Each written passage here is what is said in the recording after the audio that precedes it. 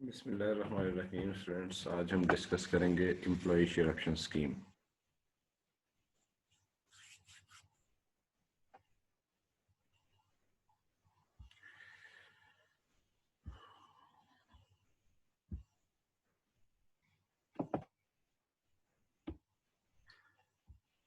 Employ share option scheme क्या है?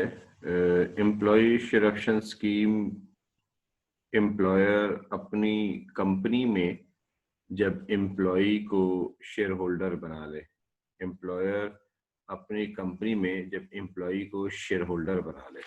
अच्छा, अगर तो जाहिर शेयर्स वो पैसों के एवज इश्यूज करेगा। मसलन वो कहता है कि यार ये कंपनी के शेयर है, जो मार्केट वैल्यू है इस पे आप खरीद लो। मसलन मैं अगर ओजीडीसी का या किसी कंपनी का मुलाजिम हूँ और मैं ओजीडीसी के शेयर्स मार्केट से खरीद लेता हूँ, तो ये तो मुझे कोई बेनिफिट नहीं है, ये तो मैंने शेयर्स मार्केट से खरीदे हैं। लेकिन अगर एम्प्लॉयर वो शेयर्स मुझे फ्री देता है, फ्री ऑफ कॉस्ट देता है, या एम्प्लॉयर मार्केट में शेयर है 10 रुपए का और वो मुझे कहता है कि मैं आपको शेयर 2 रुपए का देता हूँ, ठीक है, तो इसका मतलब है एम्प्लॉयर मुझे बेनिफिट दे रहा है। एक जो शेयर एक मार्केट से मुझे ज्यादा पैसों का मिल रहा था, अगर एम्प्लॉयर वो शेयर मुझे कम पैसों का दे रहा है, तो इसका मतलब है ये एक एम्प्लॉयर की तरफ से बेनिफिट है और उस बेनिफिट को टैक्स लॉ में फिर टैक्स भी किया गया। इस बेनिफिट के मिलने की दो स्टेजेस होती हैं। पाकिस्तान में तो अभी एम्प्लॉय शेयर ऑप्शन स्कीम का कंसेप्ट इतना स्ट्रांग नहीं है, लेकिन दुनिया में एम्प्लॉय शेयर ऑप्शन स्कीम का कंसेप्ट काफी स्ट्रांग है।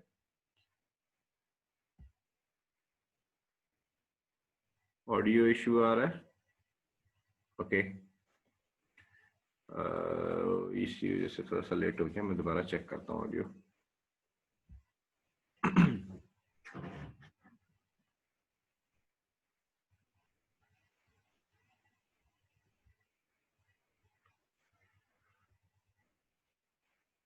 मैं टेस्ट करता हूँ फिर आपको दोबारा करता हूँ।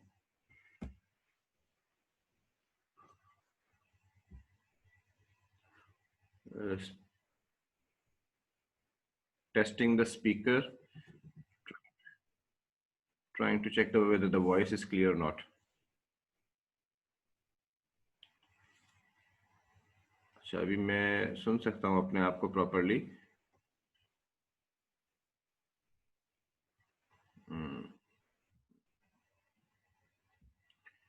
ओके, अगर दोबारा प्रॉब्लम आए तो चैट बॉक्स में लिख दीजिएगा।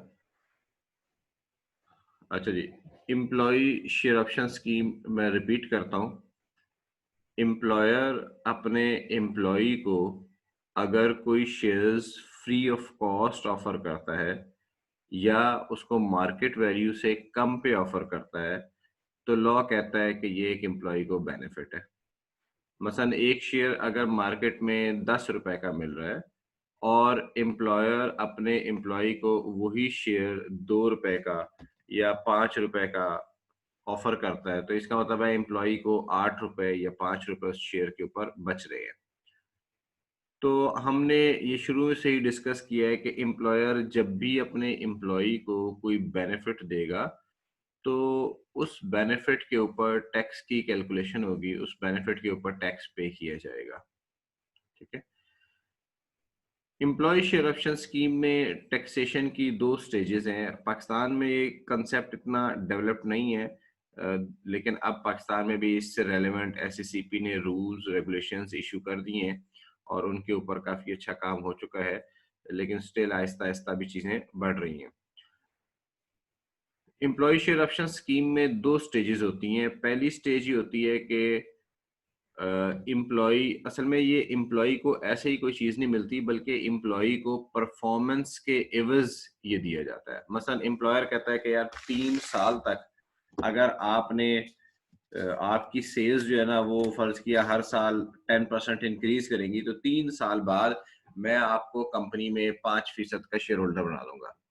या 10 साल तक जो एम्प्लॉय कंपनी की सेल मुसलसल 10% 15% पर एनम इंक्रीज करेगा, मैं उसको कंपनी का शेयर होल्डर बना दूंगा, ठीक है। तो ये जो सेल इंक्रीज करने का, ये जो परफॉर्मेंस इंक्रीज करने का, या इस तरह से और भी परफॉर्मेंस ऑब्जेक्टिव्स हो सकते हैं जिनके साथ एम्प्लॉयर लिंक कर दे कि ये परफॉर्मेंस आप अचीव करेंगे तो मैं आपको कंपनी का ओनर बना दूंगा, शेयर होल्डर बना दूंगा, आपको शेयर्स मिल जाएंगे कंपनी के। अच्छा, ये जो एम्प्लॉयर परफॉर्मेंस के साथ लिंक करता है तो ये एक तरह का बोनस एम्प्लॉयर दे रहा होता है, क्योंकि एम्प्लॉयर जब किसी चीज को एम्प्लॉय की परफॉर्मेंस के साथ लिंक करता है तो इसका मतलब है वो एक परफॉर्मेंस बोनस, एक सैलरी से एक्स्ट्रा चीज दे रहा है। और यहाँ पर ये बोनस इन काइंड की फॉर्म में है, शेयर्स की फॉर्म में। पहले स्टेप के तौर पर होता ये है कि एम्प्लॉय जब वो परफॉर्मेंस टारगेट अचीव कर लेता है तो एम्प्लॉय को एक राइट मिल जाता है, right to acquire the shares. पहला स्टेप होता है एम्प्लॉय को right to acquire the shares मिल जाता है। दुनिया में इस राइट की भी एक अपनी मार्केट होती है, यानी एम्प्लॉय अगर चाहे तो इस राइट को मार्केट में सेल भी कर सकता है, और एम्प्लॉय अगर चाहे तो इस राइट को कन्वर्ट कर सकता है शेयर्स के अंदर। तो यानी पहले दो स्टेप्स होंगे, पहले स्टेप में राइट मिलता है और दूसरे स्टेप में वो राइट एम्प्लॉय या सेल कर देता है या उसको कन्वर्ट कर लेता है शेयर्स के अंदर। तो लॉ क्या कहता है? पहला सेक्शन, सेक्शन 14 का सबसेक्शन 1 ये कहता है the value of a right और option to acquire shares under an employee share option scheme, under employee share scheme granted to an employee shall not be chargeable to tax, shall not be chargeable to tax। यानी उसने जो पहली stage पे right मिल रहा है उस right को law ने एग्जेम्प्ट करार दे दिया। पहली स्टेज के ऊपर जो राइट मिला उस राइट को तो लॉ ने पहले ही स्टेप पे एग्जेम्प्ट करार दे दिया। लॉ ने कहा कि भाई वो टैक्स को चार्जेबल ही नहीं होगा। मसलन अब एक फर्ज किया एम्प्लॉय है, उसको एम्प्लॉय को कहा गया कि 3 साल तक मुसलसल अच्छा परफॉर्म करो, उसके बाद आपको राइट मिलेगा और उस राइट के एवज आपको पर राइट जो है ना, आप उस राइट के एवज 100 शेयर ले सकते हो। तो राइट जब एम्प्लॉय को मिलेगा तो उस राइट की भी एक मार्केट वैल्यू है। ले, लेकिन उस राइट को लॉ कहता है कि आल्दो उसकी एक मार्केट वैल्यू हो सकती है लेकिन उस राइट को लॉ टैक्सेबल नहीं करता। तो वो कहता है फिर दूसरी स्टेज पे चले जाते हैं। दूसरी स्टेज पे कहता है subject to subsection 3 where an in a tax year an employee is issued with shares under an employee share option scheme, including as a result of an exercise of an option or right to acquire the shares। यानी जब किसी साल में employ को shares issue किए जाते हैं, वो राइट के नतीजे में या डायरेक्टली भी शेयर्स इशू हो सकते हैं। तो दोनों सूरतों के अंदर the amount chargeable to tax to the employee under the head salary for that year shall include the fair market value of shares determined at the time of issue as reduced by any consideration given by the employee for the shares, including any amount given as consideration for the grant of a right or option to acquire the shares। वो कहता है जिस date के ऊपर shares आपको मिलेंगे, जिस date के ऊपर शेयर्स आपको मिलेंगे उस डेट की शेयर्स की फेयर मार्केट वैल्यू एम्प्लॉय के लिए एक बेनिफिट बन जाएगी। वो जो फेयर, मसलन एक शेयर आपको मिले उस डेट के ऊपर शेयर्स की फेयर मार्केट वैल्यू है 20 रुपए, तो एम्प्लॉय को एक शेयर मिल गया, एक एसेट मिल गया 20 रुपए का, तो उसने कहा भाई वो 20 रुपए आपकी सैलरी बन जाएगा। हाँ, बाज औकात एम्प्लॉयर ये करता है कि वो कहता है कि शेयर्स आपको मिलेंगे, 20 रुपए का शेयर है लेकिन आपने 3 रुपए मुझे देने हैं या 5 रुपए देने हैं या 8 रुपए देने हैं। तो इसका मतलब है कुछ कॉस्ट भी है उन शेयर्स को लेने की। एक मेरी कॉस्ट ये है कि मैं तो परफॉर्मेंस भी कर रहा हूँ लेकिन एम्प्लॉयर बिल्कुल फ्री नहीं दे रहा, कुछ उसमें कंसिडरेशन भी ले रहा है। तो इसलिए कहता है as reduced by any consideration. तो कहता है वो फेयर मार्केट वैल्यू में से अगर एम्प्लॉय ने कोई कंसिडरेशन पे की है, कोई कॉस्ट पे की है, तो वो उसमें से माइनस हो जाएगी, क्योंकि बेनिफिट तो सिर्फ उतना ही है ना जितने मैंने कॉस्ट पे की है और जितनी फेयर मार्केट वैल्यू है, वो डिफरेंस मेरा बेनिफिट है। तो शेयर्स में वो कहता है कि अगर 20 रुपए का शेयर है और एम्प्लॉयर को मैंने 8 रुपए देकर वो शेयर खरीद लिया है, तो एम्प्लॉयर से मुझे बेनिफिट कितना मिला? 12। अगर 20 रुपए का शेयर है और एम्प्लॉयर से वो शेयर मुझे 8 रुपए के ऊपर मिल गया है, तो 20 माइनस 8 इज इक्वल टू 12 रुपए। अच्छा, फिर साथ ये भी कहता है हो सकता है मैंने राइट को एक्वायर करने के लिए भी कोई कॉस्ट पे की हो। बाज़ औक़ात एम्प्लॉयर ये करता है, वो कहता है 3 साल परफॉर्मेंस करो, उसके बाद 2 रुपए दो तो तुम्हें राइट मिलेगा और फर्दर 8 रुपए दो तो तुम्हें शेयर भी मिल जाएंगे। तुम चाहो तो राइट बेच दो, चाहे तो राइट को कन्वर्ट कर लो शेयर के अंदर। तो उसमें इसका मतलब ये हुआ कि अगर मैंने राइट के भी पैसे दिए और मैंने फिर बाद में शेयर के भी पैसे दिए, तो 20 रुपए का शेयर था माइनस 2 रुपए का राइट माइनस 8 रुपए का शेयर, तो टोटल 20 में से 10 रुपए तो मैंने एम्प्लॉयर को पे कर दिए। तो मुझे फायदा कितने का हुआ? 10 रुपए का। तो वो कहता है कि ये जो फायदा है, ये बेनिफिट चार्जेबल टू टैक्स है अंडर द हेड सैलरी। ये फायदा, ये बेनिफिट चार्जेबल टू टैक्स है अंडर द हेड सैलरी। तो पहला स्टेप क्या हुआ? राइट मिला, लेकिन राइट का मिलना टैक्सेबल नहीं है, चाहे पैसों का मिले चाहे फ्री में मिले। राइट मिलने के बाद उस राइट को मैंने शेयर्स में कन्वर्ट कर लिया, और बाद सूरतों में मुझे डायरेक्ट शेयर्स भी मिल सकते हैं। और अगर मुझे डायरेक्ट शेयर्स भी मिल गए तो इस सूरत में क्या होगा, जिस डेट पे मुझे शेयर्स मिलेंगे उस डेट पर शेयर्स की फेयर मार्केट वैल्यू लेस, अगर मैंने उन शेयर्स के कोई पैसे दिए हैं, उस राइट के कोई पैसे दिए हैं, तो जो मेरी कॉस्ट इनकर हुई है वो मैं वहां पे माइनस कर दूंगा। और रिमेनिंग जो बैलेंस है, जो रिमेनिंग फेयर मार्केट वैल्यू है, वो मेरा बेनिफिट बन जाएगा, और वो benefit chargeable to tax under the head salary हो जाएगा। यहां तक बात अगर किसी को समझ में नहीं आई तो क्वेश्चन पूछे, फिर मैं उससे आगे चलूंगा।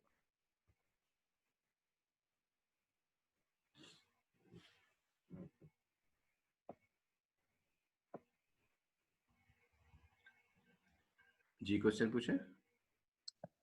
सर, जो राइट एक्वायर करने की जो कॉस्ट है वो शेयर के फेयर वैल्यू से माइनस होती है? हाँ जी, शेयर्स की जो फेयर मार्केट वैल्यू है उसमें से दो कॉस्ट हमने माइनस करनी है, जो भी अगर मैंने पे की है तो। एक वो कॉस्ट जो मैं राइट एक्वायर करने के लिए पे करता हूँ, ठीक है, और दूसरी वो कॉस्ट फिर जो राइट को मैं कन्वर्ट करता हूँ शेयर्स में, तो शेयर एक्वायर करने के लिए कुछ के कॉस्ट पे करता हूँ। तो ये दोनों कॉस्ट मैंने माइनस करनी है उसमें से। ठीक है, thank you sir. Thank you.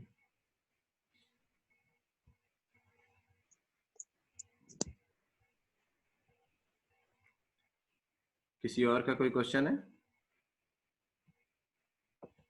Okay. Next हमारे पास स्टेप है, उसमें कहते हैं सबसेक्शन 3 में, वे shares issued to an employ under an employ share scheme are subject to a restriction on the transfer of shares. वे shares issued to an employ under an employ share option scheme are subject to a restriction on the transfer of shares. यानी वो कहता है कि employ को share तो मिल गए, लेकिन एम्प्लॉय के ऊपर उसने रिस्ट्रिक्शन लगा दी कि ये शेयर तुम आगे ट्रांसफर नहीं कर सकते। मसलन अगर शेयर्स फर्ज किया मुझे मेरा एम्प्लॉयर देता है, एसबीएम फर्ज किया शेयर्स देता है अजमत साहब को, लेकिन साथ अजमत साहब को कहता है कि भाई ये शेयर्स आप 3 महीने तक या 3 साल तक या 1.5 साल तक किसी और को आगे ट्रांसफर नहीं कर सकते। तो देखें, अगर शेयर्स का मिलना मेरे पास बेनिफिट तो उसी वक्त है ना जब मैं उन शेयर्स को बेच के कुछ पैसे कमा सकता हूं। अगर शेयर्स के ट्रांसफर पर रिस्ट्रिक्शन आ गई है, जब मैं उन शेयर्स को बेच ही नहीं सकता, उन शेयर्स को मैं आगे ट्रांसफर ही नहीं कर सकता, तो फिर इसका मतलब ये हुआ कि मुझे अभी कोई बेनिफिट नहीं हो रहा। बेनिफिट तो उस वक्त होगा जब ये ट्रांसफर पे से रिस्ट्रिक्शन खत्म होगी। तो यही लॉ कह रहा है। लॉ कह रहा है where shares issued to an employ under an employ share option scheme are subject to a restriction on the transfer of the shares, no amount shall be chargeable to tax under the head salary until the earlier of। कोई भी amount salary में शामिल नहीं होगी जब तक के ये जो दो नीचे वाले इवेंट है सीरियल नंबर 1 और 2, इनमें से कोई एक पूरा ना हो जाए। पहला, the employ has a free right to transfer the shares. Employ, वो जो रिस्ट्रिक्शन थी वो खत्म हो गई, यानी एम्प्लॉय को कहा गया था 6 महीने तक तुमने शेयर नहीं बेचने, तो 6 महीने बाद जब वो रिस्ट्रिक्शन खत्म हो जाएगी तो वो उस डेट की फेयर मार्केट वैल्यू लेंगे। ठीक है, जब तक कोई भी अमाउंट, जब तक वो free right to transfer the shares नहीं आता, उस वक्त तक कोई भी अमाउंट सैलरी में शामिल नहीं होगी। और the time the employ disposes of the shares, the time the employ disposes of the share, अगर एम्प्लॉय उससे पहले ही शेयर बेच दे। अब आप कहेंगे कि भाई ट्रांसफर रिस्ट्रिक्टेड है तो शेयर कैसे पहले बेच दिए?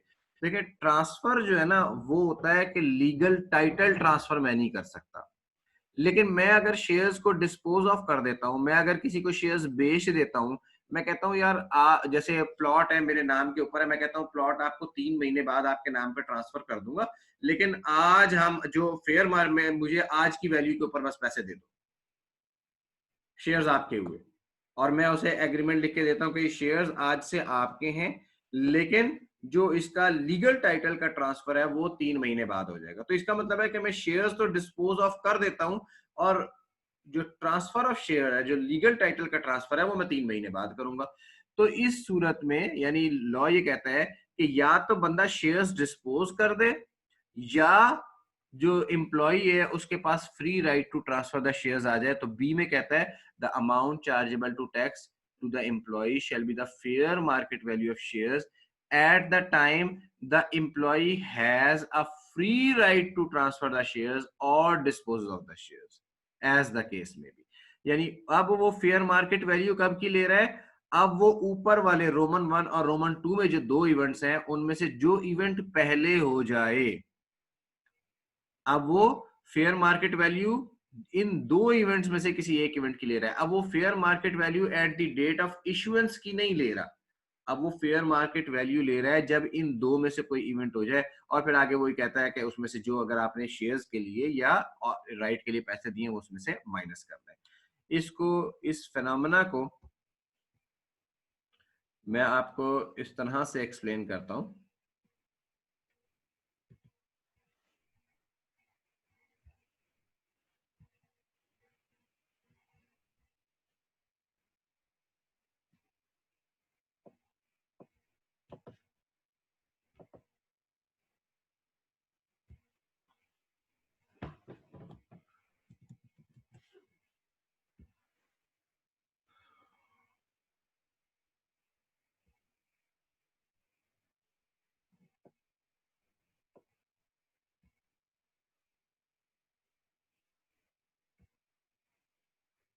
देखिए, हमारे पास जब एम्प्लॉय शेयर ऑप्शन स्कीम है तो शेयर ऑप्शन स्कीम में हमारे पास 2 किस्म के जो है ना वो सिनेरियोस चल रहे हैं। ठीक है, एक सिनेरियो ये है कि हमारे पास जो शेयर्स इशू है,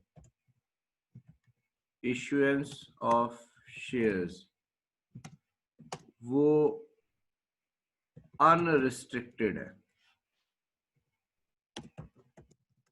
अनरिस्ट्रिक्टेड का लफ्ज लॉ में नहीं लिखा हुआ था, मैं यहां पर उन शेयर्स के लिए यूज कर रहा हूं जिनकी ट्रांसफर पे कोई रिस्ट्रिक्शन नहीं है। ठीक है, और दूसरा सिनेरियो ये है कि इशुएंस रिस्ट्रिक्टेड शेयर्स, दूसरे में कह देता हूं कि वो शेयर्स रिस्ट्रिक्टेड शेयर्स है। रिस्ट्रिक्टेड शेयर्स से मुराद मेरा वो सिनेरियो है जहां पर शेयर्स की ट्रांसफर के ऊपर रिस्ट्रिक्शन है। ठीक है, तो इन दोनों सूरतों में मैंने क्या करना है, मैंने लेना है फेयर मार्केट वैल्यू, यहां पर भी मैं लूंगा फेयर मार्केट वैल्यू, उसमें से लेस करूंगा कॉस्ट ऑफ राइट, और यहां पर भी लेस करूंगा कॉस्ट ऑफ राइट, और लेस करूंगा कॉस्ट ऑफ शेयर, यहां पर भी लेस करूंगा कॉस्ट ऑफ शेयर। जो गेन आएगा, ठीक है, जो गेन आएगा, इस गेन को मैं कहता हूं it is equal to salary. जो गेन आता है उस गेन को मैं कहता हूं it is equal to salary. तो दोनों में फर्क कहां पर आता है? फर्क आता है सिर्फ और सिर्फ इस जगह पर जहां पर मैं कहता हूं fair market value at the date of issuance, और यहां पर मैं क्या कहता हूं fair market value at earlier of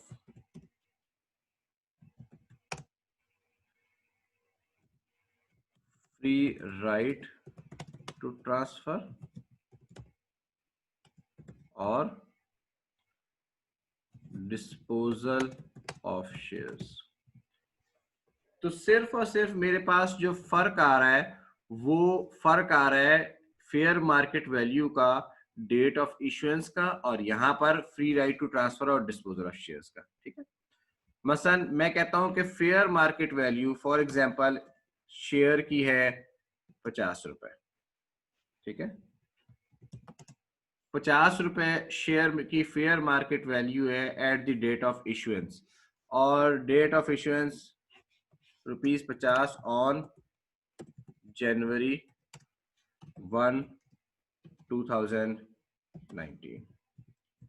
जो मैंने राइट के लिए एम्प्लॉयर ने मुझे कहा कि भाई 40 रुपए, राइट के लिए एम्प्लॉयर ने मुझे कहा 4 रुपए पे कर दो, और शेयर्स के कॉस्ट जो है वो फर्ज किया थी 26 रुपए पे कर दो। तो मेरा जो गेन सैलरी में जाएगा वो कितना आएगा? 50 - 4 - 26 रुपीज 20 का गेन आ गया। ठीक है, दूसरे सिनेरियो में एम्प्लॉयर ने 3 मंथ्स रिस्ट्रिक्शन लगा दी, 3 मंथ्स रिस्ट्रिक्शन लगा दी। 3 मंथ्स का मतलब है मार्च 31, फेयर मार्केट वैल्यू मार्च 31 पर फर्ज किया शेयर्स की हो गई 55 रुपीज। ठीक है, अब मेरे पास कॉस्ट ऑफ राइट क्या है? वही 4 रुपए है। कॉस्ट ऑफ शेयर क्या है? वही 26 रुपए है। लेकिन अब मेरा गेन कितना हो जाएगा? 5 रुपए से गेन इंक्रीज हो जाएगा, जो 31 रुपीज का हो जाएगा।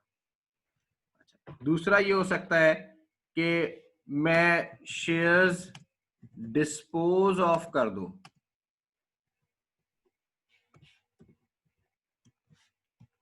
और I dispose of shares on February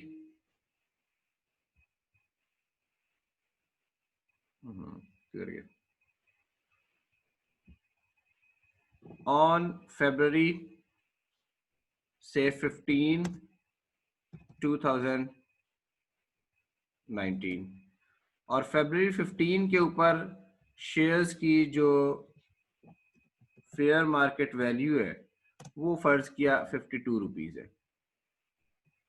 इस सूरत में और मेरा गेन को कितना हो जाएगा? 27 रुपीज का। तो इस तरह से हमारे पास गेन की कैलकुलेशन होगी। तो हमारे पास दो किस्म के शेयर्स हैं, एक अनरिस्ट्रिक्टेड शेयर्स हैं और एक रिस्ट्रिक्टेड शेयर्स हैं। ठीक है, गेन, सॉरी मेरी कैलकुलेशन में गेन 25 है, पहले गेन 22 है। ठीक है, तो एक हमारे पास अनरिस्ट्रिक्टेड शेयर्स हैं और एक रिस्ट्रिक्टेड शेयर्स हैं। अनरिस्ट्रिक्टेड शेयर्स की सूरत में fair market value less cost of right less cost of shares करेंगे, जो गेन आएगा वो हमारे पास सैलरी बन जाएगा। और रिस्ट्रिक्टेड शेयर्स की सूरत में भी फार्मूला तो वही है, लेकिन जो फेयर मार्केट वैल्यू लेंगे वो अनरिस्ट्रिक्टेड शेयर्स की सूरत में at the date of issuance, या इसको हम ये भी कह सकते हैं at the date of conversion of right into shares भी कह सकते हैं। इस डेट की हम वैल्यू ले लेंगे, और रिस्ट्रिक्टेड शेयर्स की सूरत में जब मेरे पास फ्री राइट होगा या मैं शेयर्स डिस्पोज ऑफ कर दूंगा, उस डेट की फेयर मार्केट वैल्यू हम ले लेंगे। जी हुज़ैफा। सर ये जो एट डेट ऑफ इशुएंस है, ये वो है कि जब एम्प्लॉयर एम्प्लॉय को शेयर इशू करता है? बिल्कुल ऐसा ही है सर। लेकिन अगर वो एम्प्लॉय जो है वो शेयर सेल नहीं करता, शेयर ट्रांसफर नहीं करता उस डेट पे, वो 2 महीने शेयर रखता है, फिर उसके बाद सेल करता है और उसकी फेयर मार्केट वैल्यू शेयर की इंक्रीज हो जाती है, हमारा भी भी गेन जो है वो अभी अगला स्टेप है। देखें, ठीक हो गया, स्टेप बाय स्टेप है। देखें, मसलन इसको शेयर्स की बजाय फर्ज किया एम्प्लॉयर आपको एक मोबाइल गिफ्ट कर देता है। ठीक है, तो आपको जो एम्प्लॉयर ने बेनिफिट दिया वो क्या दिया? मोबाइल दिया आपको, ठीक है। तो आज तो ये बेनिफिट आप लेंगे ना, फिर जब इस मोबाइल को आप बेचेंगे तो बेचने के ऊपर अगर कोई गेन आता है तो वो अगला बेनिफिट है। वो स्टेप पे अभी हम नहीं गए, अभी हम पहले स्टेप के ऊपर है। ठीक हो गया? सही है सर, सही। किसी और का कोई क्वेश्चन है तो पूछें।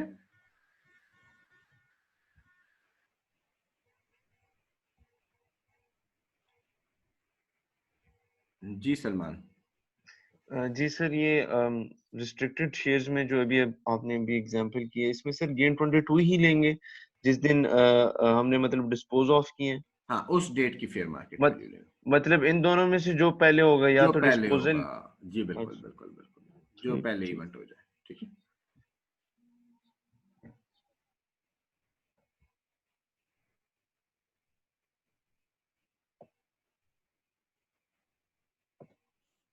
यहां तक बात आप लोगों को समझ में आ गई है, तो मैं अब इससे अगले स्टेप पे जाते हैं, ठीक है।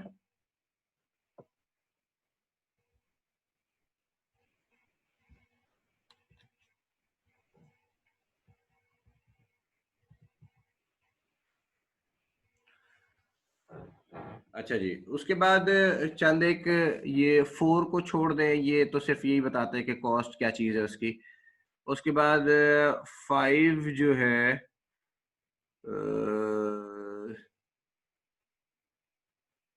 ये भी मैंने आपको बता दिया, ये वो एग्जांपल के जरिए एक्सप्लेन कर दिया। 6 वो कहता है कि एम्प्लॉय शेयर ऑप्शन स्कीम की डेफिनेशन क्या है। हाँ, इसको देख लें, 6 को देख लें। एक क्वेश्चन है किसी का, एक मिनट होल्ड ऑन। जी अली हैदर साहब, क्वेश्चन पूछें। सर ये रिस्ट्रिक्टेड और अनरिस्ट्रिक्टेड का आपने क्या बताया सर? ये नेट का थोड़ा मसला हो गया था, समझ नहीं अच्छा, रिस्ट्रिक्टेड शेयर्स वो शेयर्स हैं जिनके ट्रांसफर पे एम्प्लॉयर कोई रिस्ट्रिक्शन लगा दे, ठीक है। वो जो मैंने पढ़ाया था ना सबसेक्शन 3, उसके अंदर हमने देखा था ना, यानी अगर एम्प्लॉयर आपको शेयर्स देता है और आपके ऊपर कोई रिस्ट्रिक्शन नहीं है कि ये शेयर्स आप किसी और को आज ही ट्रांसफर कर दो, तो वो है अनरिस्ट्रिक्टेड शेयर्स, ठीक है। ठीक। और अगर शेयर्स आपके कोई रिस्ट्रिक्शन है कि आप उन शेयर्स को किसी और को अगले 3 महीने, 4 महीने, 6 महीने, 2 साल तक ट्रांसफर नहीं कर सकते, तो वो शेयर्स कहलाएंगे रिस्ट्रिक्टेड शेयर्स। ठीक हो क्या? ठीक ठीक।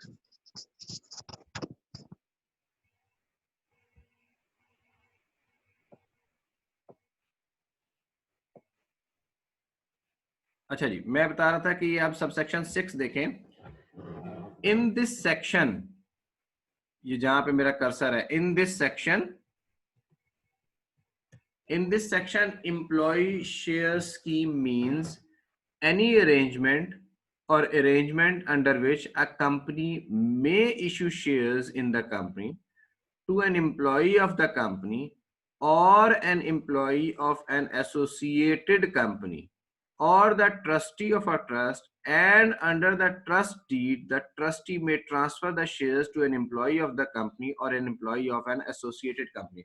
यानी बाज़ औक़ात एम्प्लॉयर ये करता है, एम्प्लॉयर अपने एम्प्लॉय को शेयर्स तो ऑफर करता है लेकिन वो अपनी कंपनी में नहीं करता, वो कहता है मेरी एक और कंपनी है, आपको उस कंपनी के शेयर्स मिलेंगे, तो फिर फेयर मार्केट वैल्यू भी उसी कंपनी के शेयर्स की ली जाएगी।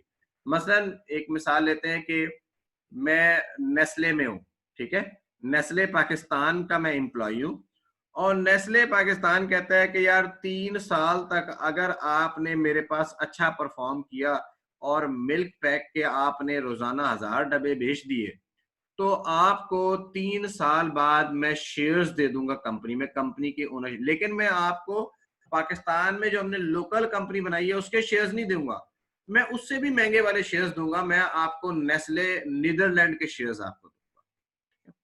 तो नेस्ले नीदरलैंड के जो शेयर्स हैं वो फिर मैं जब फेयर मार्केट वैल्यू लूंगा तो मैं नेस्ले नीदरलैंड के शेयर्स की लूंगा। फर्ज किया पाकिस्तान नेस्ले नीदरलैंड के शेयर्स की जो फेयर मार्केट वैल्यू है वो 1000 रुपए है और शेयर्स मुझे फ्री मिल रहे हैं, तो वो जो 1000 रुपए हैं फिर वो पूरे के पूरे मेरी सैलरी के अंदर शामिल हो जाएंगे। तो ये जरूरी नहीं है कि एम्प्लॉयर अपनी ही कंपनी के शेयर्स ऑफर करे, वो अपनी किसी एसोसिएटेड कंपनी के शेयर्स भी मुझे दे सकता है। तो जिस कंपनी के शेयर्स देगा उस कंपनी के वो फेयर मार्केट वैल्यू शेयर्स की मेरे पास आ जाएगी कैलकुलेशन के लिए। अच्छा, उसके बाद जो इसमें एक आखिरी पॉइंट है,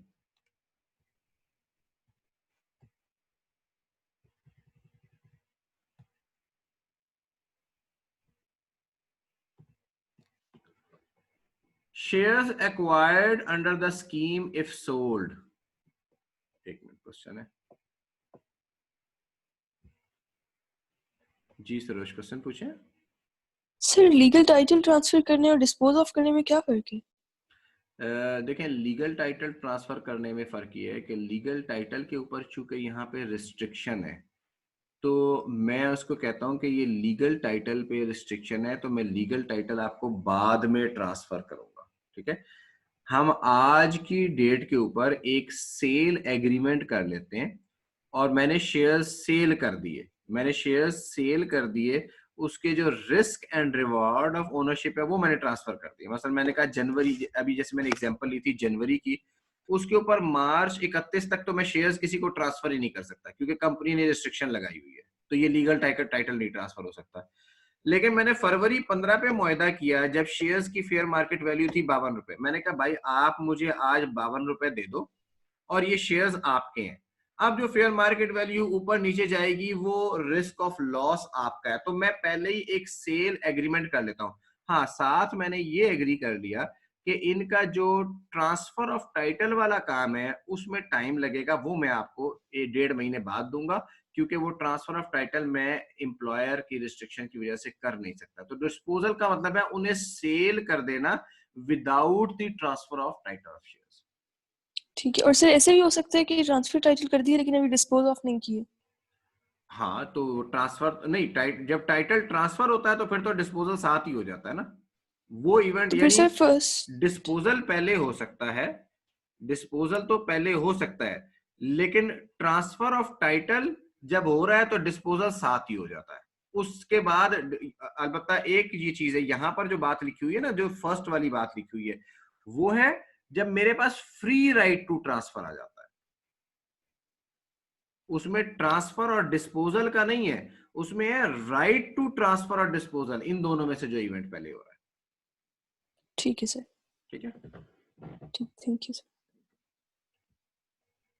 अच्छा जी, अगला जो स्टेप है वो इंशाल्लाह ताला हम कल डिस्कस करेंगे कि जब इस शेयर्स को मैं सेल करता हूं तो उस वक्त क्या होगा। यहां तक अगर किसी का कोई क्वेश्चन है तो पूछ लें। एम्प्लॉय शेयर ऑप्शन स्कीम पे हम मजीद डिस्कशन करेंगे कल इंशाल्लाह ताला।